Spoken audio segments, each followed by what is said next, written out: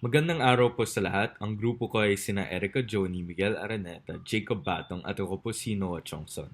Para sa aming lathalin, pinili namin pagtunan ng telebisyon at media dahil dito napapakita ang kultura, wika at pagkikilaan ng mga tao. Kapag dinadub ang mga anime o palabas sa Filipino, mas madaling maintindihan ng mga manonood ang mga pangyayari sa mundo. Ayon kay Professor Correa, kaya ng wikang Filipino na makipagsabayan sa panindigang media.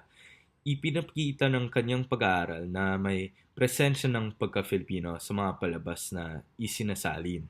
Ang pagdadub ay hindi lang simpleng trabaho. Nakakatulong ito sa pagpatibay ng ating identidad. Ang paniniksik ni Professor Correa na galing sa kanyang disertasyon ay naglalayong ipalaganap ang wikang Filipino sa buong mundo gamit ang media. Nakuto nito sa pananaw ng manonood, proseso ng dubbing at pagkalat ng Filipino sa ibang bansa. Naniniwala siya na ang media ay mabisang paraan para maipakita ang kultura at pagkakailan ng Filipino. Ang wikang Filipino ay makapangyarihan dahil ito ang nagbubuklod sa ating bansa at malinaw itong nakikita sa pag-angat ng mga isinaling palabas noong dekada 90. Isang halimbawa ay ang Marimar na naging napakalaking tagumpay sa telebisyon. Sa kabila ng hirap sa dubbing noon, umabot sa puntong naapektuhan ng daloy ng trapiko at krimen dahil sabay-sabay itong pinapanood ng mga tao.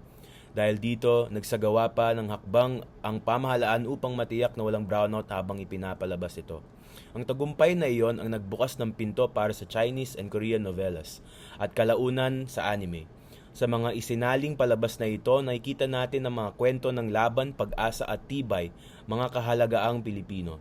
Kaya tulad ng binigyan diin sa unang bahagi, nagiging mahalagang daluyan ang telebisyon upang mapanatili ang ating kultura at pagkakilanlan kahit sa gitna ng globalisasyon.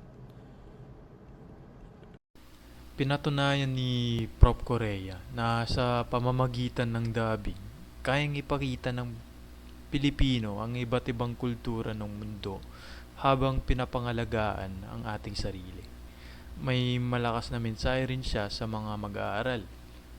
Huwag matakot magsulat at magsaliksik sa wikang Pilipino.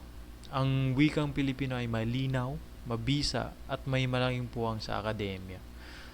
Gamitin natin ang wikang nagpapalakas sa ating pagka-Pilipino at ipagmalaki sa mundo ang talas ng pag-iisip ng Pilipino sa larangan ng pananaliksik.